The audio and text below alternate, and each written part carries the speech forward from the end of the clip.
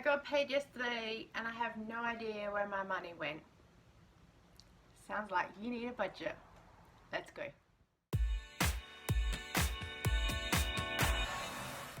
Well, hey everyone, I'm Kelly. How are you? I'm the Frugal Fun Mum here in Adelaide, Australia. I want to welcome you to our channel and to today's video where we're talking budgeting. Yay! Stop rolling your eyes at me. You knew what this video was about when you clicked on it. But of course, I'm the Frugal Fun Mum, so we're going to make today's video fun because budgeting should be fun. It should be exciting knowing how much money that you have and what you can do with it. You are in control, and we're going to have lots of fun today talking about money and how best to use it for your advantage in a budget. So who am I? I am just a lady who enjoys budgeting and saving money and sharing tips and tricks with you guys about how to do that. As you guys know, I share on here my markdown hauls, ways to save money, groceries, menu planning, all that fun stuff. The only qualifications I have after my name are mum, Zumba instructor, crazy lady, frugal fun mum, and anything else you want to call me, but I don't have any financial alphabet or anything else. I did business maths in grade 10. I learned about compound interest and how by the time you buy one house you've probably paid out for about 2 of them or 3 by the time all your interest rate comes in. But apart from that, I don't have any financial qualifications, so please just take this as a friend-to-friend chat. It's not meant to replace any financial legal information that you might need. So a little bit of background on our financial story. I don't have a massive, we were this much in debt. We literally just got married, set up a house, and we're living paycheck to paycheck. That's pretty much what it was. The credit card was pretty much paid every month in full, even if it did wipe out our entire paycheck. But that's what it was. We have been mostly a single income family. We were a dual income family at one time, and pretty much all the money that I earned went paying the childcare bill. So we decided to go back to being a single income, and I just learned to budget and be really in control of the house and the finances and all the things that helped us save time and money in the house. By the age of 40, we were completely debt-free and mortgage-owned this house, and we have owned 2 properties in our lifetime. The first one that we rented, and then we bought, and then we sold, and then this one that we've bought and completely paid off. So we are enjoying saving money for our future. We're not following any of the big plans like FIRE or anything like that. My husband actually really enjoys working, and so I think it gives him something to do. So while he is enjoying that, he might as well. And yeah, I teach Zumba, but also I'm really busy as a mum and helping to be an advocate for autism awareness and other things like that, as well as this YouTube channel. So while we enjoy what we do, we're going to keep doing what we do, but I do love the freedom and the flexibility that we do both have with our jobs and what we can do. When we first got married, the internet was very, very new, so yes, I'm super old, but I didn't really go on the internet a lot except for basic emails, and blogs were the thing back in the day. I was kind of busy being a mum, so that was where my focus was, and building up also my little direct selling business, so that kept me more busy than anything. We didn't really know a whole lot of names like Dave Ramsey and stuff like that way back when. We just kind of plodded along. But the book that really helped me in my financial journey was by Anita Bell, and it's called Your Mortgage, How to Pay It Off in 5 Years, by the lady who paid it off in 3. And she had a lot of tips and tricks in there to help us work out what a budget is and how to save and all that good stuff. So that really got me on the journey, and then jumping on the internet and looking up some more and more things. I had heard of Dave Ramsey about 10 years down the track, but by then we were quite on our way out of debt with having a mortgage and stuff like that, so I just kind of skipped over it because a lot of the information they talk about, like 401ks and stuff like that, is relating to America, and being in Australia I just couldn't process all the information. So absolutely do your research out there and look to see what is out there and who's giving advice. I just found way back financial advice was boring and I didn't really listen to a lot of the people that were out there, even though they'd written a million books and were on TV all the time, because they were always talking about retirement, and I was like, I'm too young for that. So pay attention, because it will help you if you want to be financially free younger rather than paying for it when you're older. So in prep for today's video, I went through looking at what the different types of budgets are, just to give a bit of an overview quickly, and I found there's sort of about 5 main ones of what people do. They kind of all have different names, but they all kind of do the same thing. So the first one is the no budget, and this is what my husband would do. He simply works and his money goes into the bank account, and apart from paying for food or maybe a computer upgrade, all of his money just sits there in the bank account, and so it's there, so if a bill comes in, he's got the money there to pay it. He pretty much doesn't need a budget because he doesn't spend anything. The second is the 70-30, the 80-20, or the 50-30-20, depending on how you want to call it. So the idea is that you take the biggest chunk of that income, you put that towards all your bills and whatever you need to buy, and then the smaller amount you put towards savings. If you're a church family, you probably do the 70-30 rule and do 70% of all your main utilities, food, etc., etc. And the 30%, 20 will go to savings, 10% will be an emergency fund, 10% will be other savings, and the last 10% will be for tithing towards your church. The 50-30-20 does the same theory as the 70-30. It's just that it tends to get broken down a lot more, and people will categorize this more into wants and needs, and to help them allocate so they can still have some little treats and fun stuff along the way. The third is a detailed budget, and it is absolutely what I love, and every month I sit down and I analyze what we've spent, go through the credit card, go through any receipts we've had, and I literally itemize every mortal thing. I have over 30 categories of everything that we spend money on, from all the different car insurances, house, health, petrol, medical, etc., etc., and I'm going to show you all those categories a bit later on.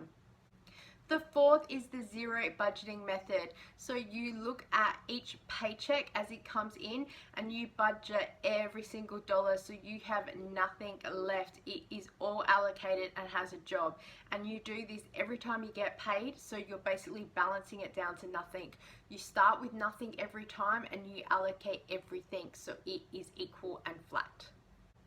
And the fifth is cash envelopes. So a lot of people will take out all of their pay and divide it all up into cash envelopes. These are the people that are visual learners and they like to physically see all their money and know how much they have, and then they can physically divide out all their money into the envelopes so they know that when they've spent that amount, that's it until the next pay.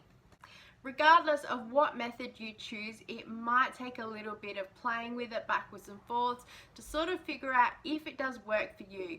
We have chopped and changed our methods over the years to sort of figure out what works for us. We find a bit of a hybrid method works for us now between digital planning and cash envelopes, but also I do it for YouTube channels just to share with people and just to change it up a little bit and have some fun. So the first thing you need to do is work out how much money you get paid. You need to know this information. And some people will also do a expected and they'll do an actual. So some people that do a lot of shift working or that they get tips and things like that, they'll put in what their base level is and then what they actually get paid. Some people will always just have a base level and work on that regardless, and anything extra then they'll put towards savings or use it towards any other debt or bills that they need. When you get paid probably determines how often you're going to sit down and do your budgeting, and it can be tricky if there's at least 2 of you living in the house and one person gets paid weekly and one gets paid fortnightly. So this is a little bit of a discussion that you might like to have. This is what used to happen with us. I would get paid weekly and my husband would get paid fortnightly, so I would just leave my first week in there, and then when I got my second week and he was paid, I would sit down and budget once a fortnight then. So then I knew that the first amount of money was just sitting there ready, and then by the fortnight we had all of it there when we needed it. Some people like to sit there and work out how much that they get paid per week and straight away allocate the amounts that they need and take it out and then work out what's left over and then they go, what do I do with it? Other people like to have set categories. This is what I do with a digital budgeting, and so I'm going to take you through the categories that I have now. So I've got a list of every mortal single thing that we spend money on because I'm a detailed planner, and even some of this I've compacted down into bigger titles. So I'm going to go through them and just give you a brief description about what we have. So we have our gas. We don't pay any electricity because we have solar and we get a credit back from the company. We have a car maintenance. We have a credit card charge that we pay every month. We have a rewards card program, so it's worth it for us to pay the fee and get the rewards. We have council fees, emergency services levy, food. We have the internet, the phone. There's 3 of us that have mobile phones that we pay for as well. We have RAA or roadside membership assistance, so if we break down or need a tow truck, we have that covered. We also get discounts of gift cards and other event entry rewards, so it's worth having that. SA Water, school fees, insurances, car registration, alcohol. We have Christmas, clothing, computer savings, entertainment, family, fruit and veg, gifts, haircut and beauty, home improvements, incidentals, everyone's allowance, so all of us get pocket money every week, medical, and petrol.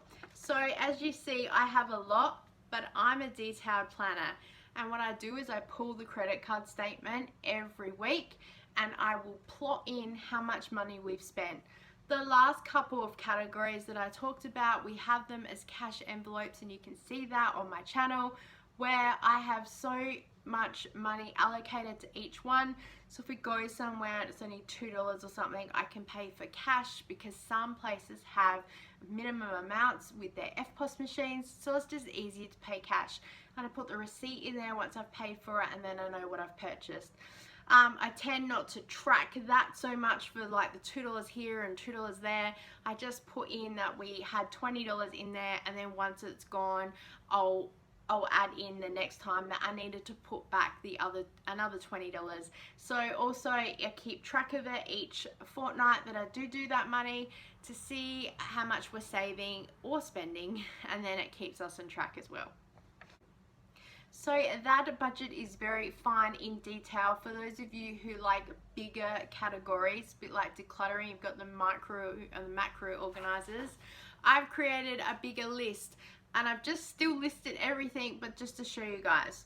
So the first one is home. So under there we have the internet, the insurance, the phone, and your rent or your mortgage. We have car, which covers petrol, any services, any roadside assistance, registration, insurance, any road tolls if you live, or parking if you need. Food, so groceries, takeaway, any coffees that you have, any alcohol that you buy, any fruit and veg if you pay for that separately. We do, because we go to a fruit and veg store, and then again we'll use cash. House, do you have any incidentals, any home improvements, any credit card charges, or any subscriptions that you need to cover? Here is the utilities, water, gas, electricity, council rates, and emergency services levy.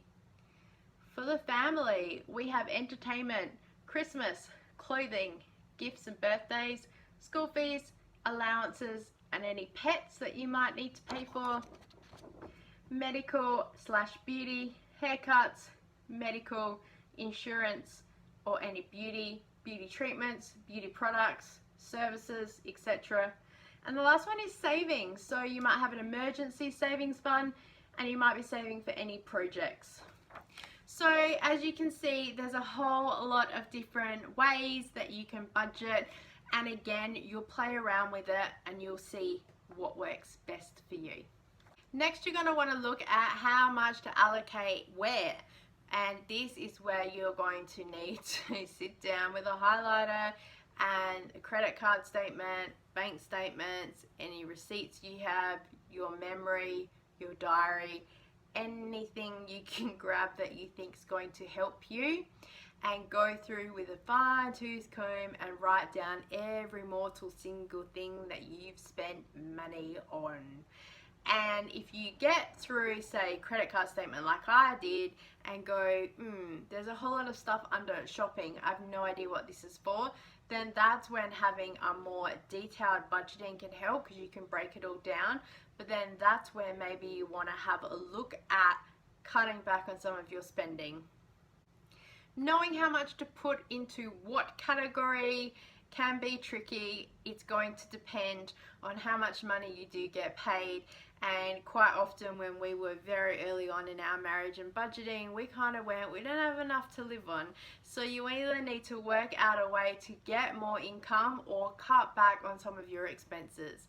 There are some things that you can cut out until you get back on your feet financially, and there are other things that you can do, like cutting down on grocery bills, doing some extreme food challenges, which I do here to give you guys inspiration and ideas, or cutting back on things like takeaway, entertainment, family nights out, etc., etc. Some people have debt and often ask, how do I still save money, live my life, and pay debt? Again, it's going to be totally up to you, because every single person that I've ever listened to on the internet has conflicting advice. Some people are like, you don't deserve to have a life until you paid your debt. It could be years and years until you paid all of that off. Some people put their debt in as their mortgage, and so, you know, they're like, I don't want to be stuck home for the next 10 years until I pay that.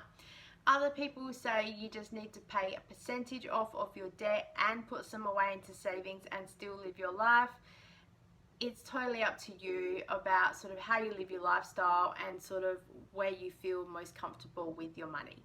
Usually things like takeaway and coffees and going out are the first to go, and then I know other people that they don't have like health insurance, they just have basic car insurance. They cut back on all of those things to make sure that they can still pay the bills and get basic foods to cover them. I review our budget every 6 months, because that's when the financial year hits, and then also the end of year, and then I can look over any insurances, and I do also look over our utility bills and see how we're tracking with that, and anything else that I feel that needs adjusting. I do check in every month, because as you guys know on this channel, I go through what we've spent in the credit card statements and through our cash envelopes, and I put all that into the budget and then work out a balance, so then I don't get to the end of the year and I'm like, where did all that money go? So I love to check in with it and track and see where we are. I love to have little challenges for myself as well and see if I can save in any areas, and it's also why I do some extreme food challenges, so then I'm saving money for the house by doing that as well. Budgeting needs to be fun as well as a team effort, especially if you live with somebody or you're a family. So make a team and make a plan and work together to achieve some of the goals and the dreams that you have. Even if it's just yourself, me, myself, and I, make sure you sit down and have a designated time that you're going to sit there and review and just make sure that you're on track, or make any adjustments that you need. Well, there you go, guys. I hope that this has helped you with what is a budget and how to do it. And I hope it's been a little bit of fun sitting there and thinking about all the categories that I overthink with. Hope you've had a laugh. But it's the kind of person that I am, and I love to make sure I've got everything covered. I make sure that every dollar has a job and it's working for me, because I work hard for my money, so I need to make it work for me. And then I get to tell my money what to do. It doesn't get to tell me what I can't do. So make sure you're in control. I so appreciate your time here today. Please give this video a thumbs up if you enjoyed it, and leave me a comment below. Do you budget? Should you budget? Do you not budget? Let me know what you do, because I love chatting to other people. I don't get into all the big financial stuff, but I just love the basic budgeting and the cash envelopes, and when I play around with money it makes me feel like I'm rich, so that's lots of fun. Please subscribe to the channel if you haven't already, because we would love to have you as part of our Frugal Fun family, and as always I look forward to seeing you next time. Bye!